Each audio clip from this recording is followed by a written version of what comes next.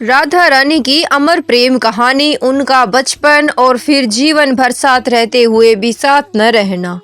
हर प्रेम करने वाले के मन में ये बात घर कर जाती है। क्या आप जानते हैं कि क्या हुआ होगा जब रुक्मणी को पता चला राधा जी के बारे में?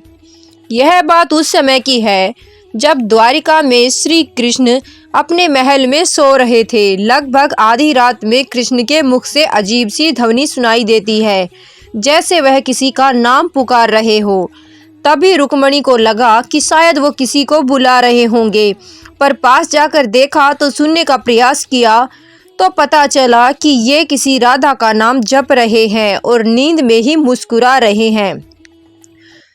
तभी रुक्मणी को बड़ा आश्चर्य हुआ कि मैं दिन भर द्वारिकाधीश की सेवा में लगी रहती हूँ, फिर भी वो किसी राधा का नाम क्यों पुकार रहे हैं, और आखिर राधा है कौन?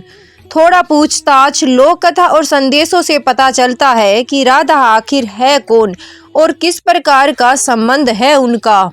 उन्हें ये भी पता चला कि राधा रानी गोलोक वृंदावन में रहती है और उन्होंने फैसला किया कि अब वो राधा रानी से मिलकर ही रहेंगी और देखेंगी कि ऐसा क्या विशेष है राधा जी में जो स्वयं द्वारिकाधीश उनका नाम जप रहे हैं। इस प्रकार रुक्मणी पहुंच जाती है राधा जी के गांव। वहां उन्हें राधा जी के धाम के सामने एक बेहद सुंदर कन्या दिखाई देती है। उन्हें लगता है कि हो ना हो यही राधा रानी है, पर पूछने पर पता चलता है कि यह तो सिर्फ एक दासी है।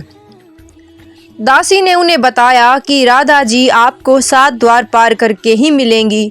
उन्होंने 7 द्वार पार किए और हर द्वार पर एक से बढ़कर एक दासी को देखकर सोच रही थी कि अगर उनकी दासियां इतनी सुंदर हैं तो स्वयं राधा रानी कितनी सुंदर होगी।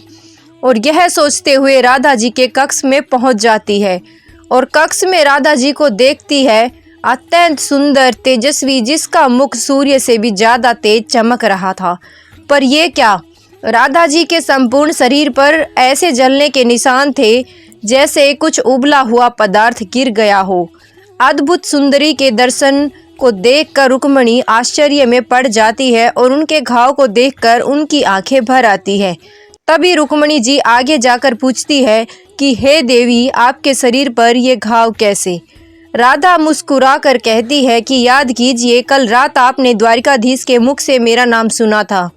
यही बात आपके दिमाग में छाई रही और आपने अनजाने में बेहद गर्म दूध दे दिया।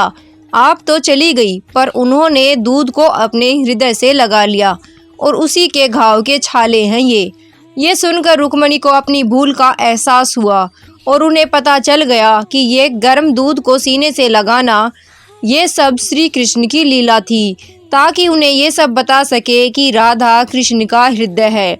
रुक्मणी के आग्रह पर राधा जी ने उन्हें फिर से अपना वास्तविक और अलौकिक सौंदर्य दिखाया, जो कि इतना सुंदर था कि उनकी आंखें समेट नहीं पा रही थी।